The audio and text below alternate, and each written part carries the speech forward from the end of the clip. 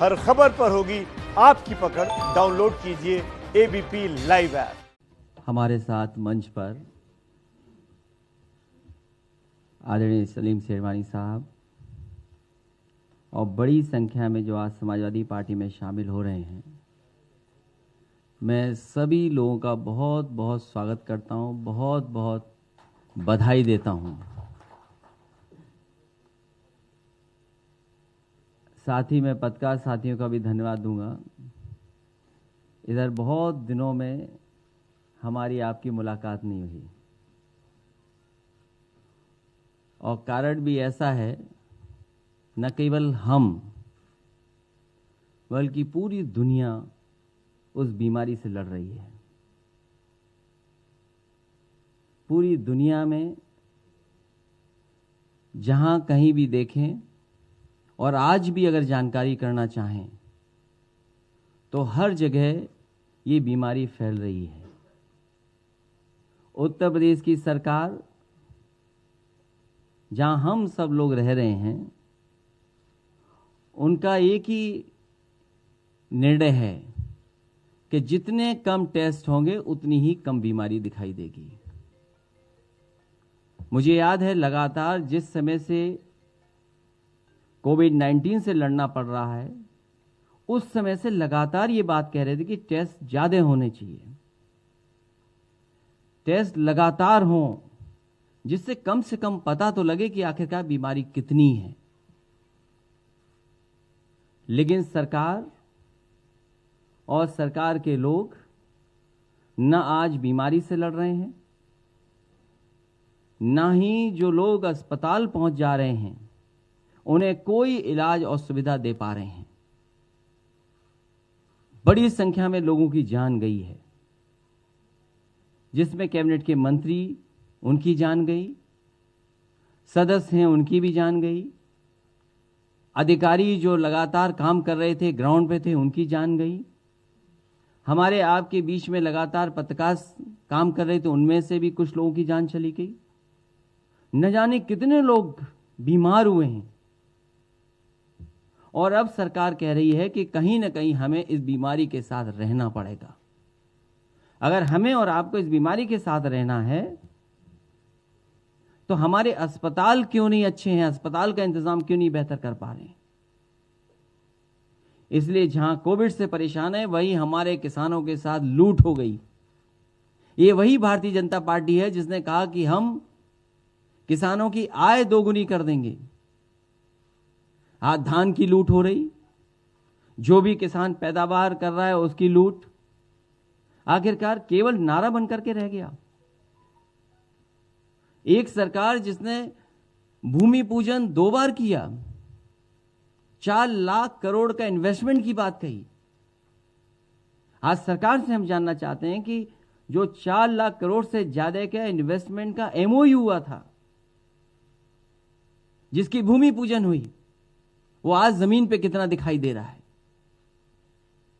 इसलिए ये झूठी सरकार है और इस सरकार को हटाने के लिए हमारे साथ लगातार लोग जुड़ रहे हैं। मैं उनका स्वागत करता हूं, बहुत बहुत बधाई देता हूं कि इस लड़ाई में हमारा साथ देने आ रहे हैं, समाजवादियों का साथ देने आ रहे हैं। मेरे दाएं संजय चौहान बैठे हैं, जिला पंचायत अध्यक्ष प्रभुदयाल चौहान वो शामिल हो रहे हैं, चौधरी नसीम बेगम वो शामिल हो रही हैं, सलीम अख्तर साहब शामिल हो रहे हैं, अलीम सैफी साहब वो शामिल हो रहे हैं, आसिफ खां बब्बूपुर विधायक जी शामिल हो रहे हैं, नसीना बानो जी शामिल हो रही हैं, कमलेश पाठक जी शामिल हो रहे हैं, त्रिभुवन दत्त जी बहुत ही मजबूत नेता और अपने समाज के बीच में लगातार काम करने वाले, वो आज समाजवादी पार्टी में शामिल हो रहे हैं। बहुत ही काम करने वाले हमारे सैनी वीके सैनी साहब भी शामिल हो रहे हैं। मुझे खुशी है इस बात की कि कैप्टन इंदर सिंह पाल जी भी आज समाजवादी पार्टी में शामिल हो गए हैं।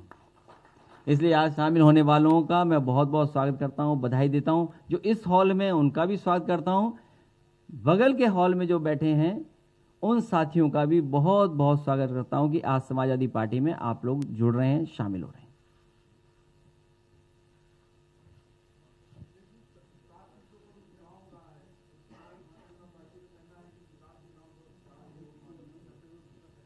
4 लाख करोड़ से ज़्यादा और उसके बाद एमओयू हुए हैं। सरकार को कम से कम आज बताना चाहिए कि कितना ज़मीन पर इन्वेस्टमेंट उतरा है।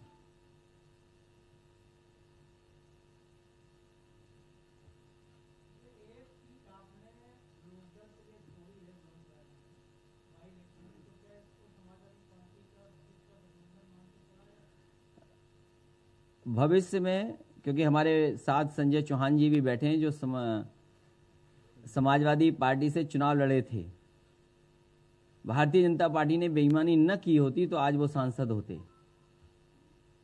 इसी तरह महान दल के भी हमारे लोग साथ हैं, केशव देव मौर्य जी, और लगातार पार्टी का प्रयास होगा कि लोगों को जोड़ा जाए, लोगों को जगह दी जाए।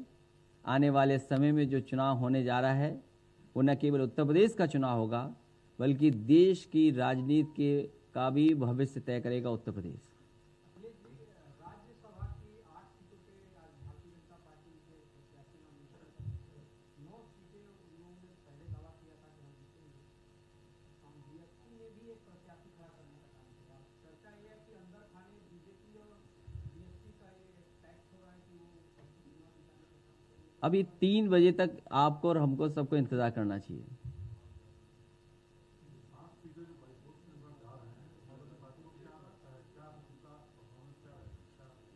मेरे से बेहतर आप लोग बता सकते हैं। समाजवादी पार्टी का परफॉर्मेंस बहुत अच्छा रहेगा। टारगेट 2022 है और उसकी शुरुआत होगी बाई इलेक्शन से।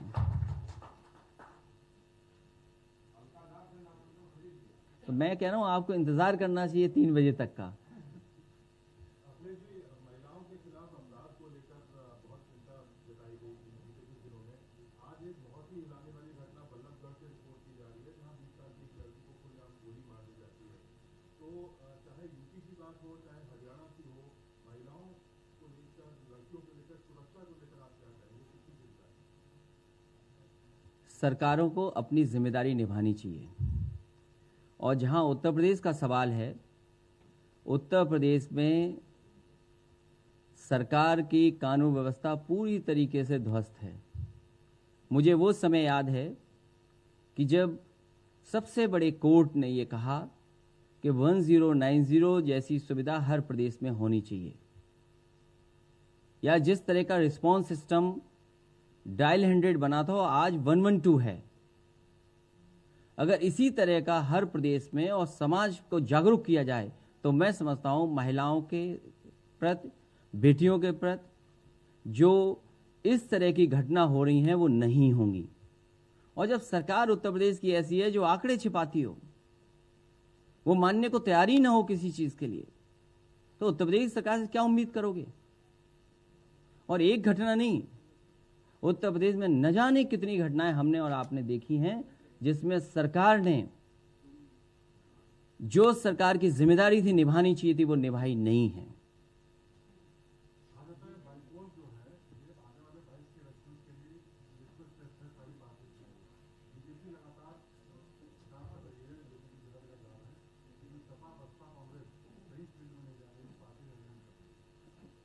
समाजवादी पार्टी लगातार काम कर रही है और जब परिणाम आएगा तो फिर हम और आप यहीं पर बैठ करके एक बार बातचीत कर लेंगे।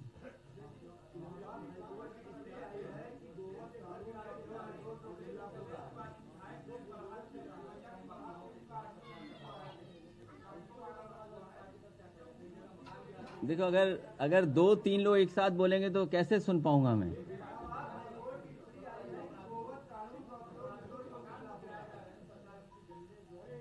ये सरकार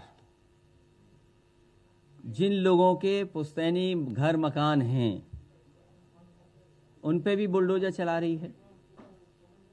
और हमसे ज्यादा कौन अच्छा समझेगा सरकार को? हमारा अपना घर, मुझे अपने आप खुद एफिडेविट देना पड़ा कि हम घर नहीं बनवा सकते। तो सरकार जो कर रही है, सरकार को यह सोचना चाहिए कि पुश्तैनी घर मकानों पे अगर बुलडोजर चलेंगे तो देश में न जाने कितने ऐसे घर हैं जिनके नक्शे पास नहीं हैं। और सरकार अपना भी तो देखे कि अपना नक्शा पास कराया है सरकार ने कि नहीं कराया है। कोई मुझे ये बताए कि मुख्यमंत्री आवास का नक्शा पास है कि नहीं है।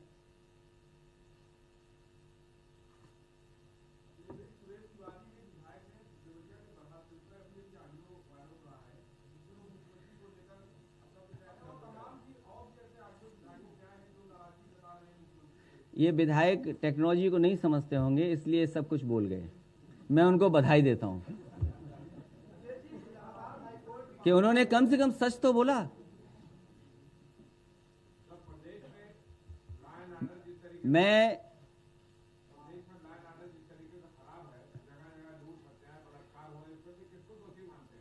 सरकार,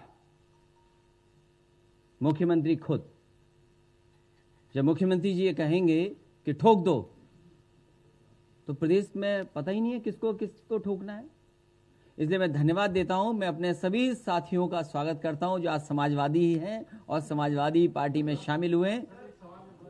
मैं बहुत बहुत बधाई देता हूं। इसी तरह लगातार पार्टी में शामिल करने के लिए काम करते रहेंगे और उत्तर प्रदेश को खुशहाली के रास्ते पे ले जाने के लिए समाजवादी पार्टी काम करेगी।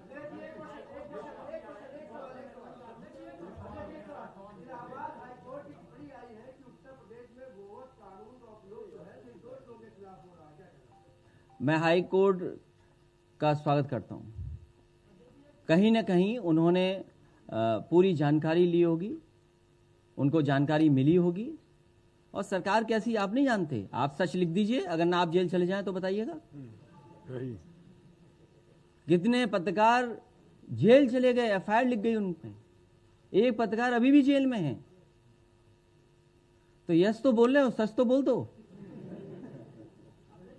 अगर सच बोले और जेल ना चले गए तो बताइएगा। इसलिए जनता तैयार है उत्तर प्रदेश की इस सरकार को हटाने के लिए। जब कभी जनता को मौका मिलेगा तो आप देखिएगा कि किस तरीके से सरकार हटती है। बहुत धन्यवाद।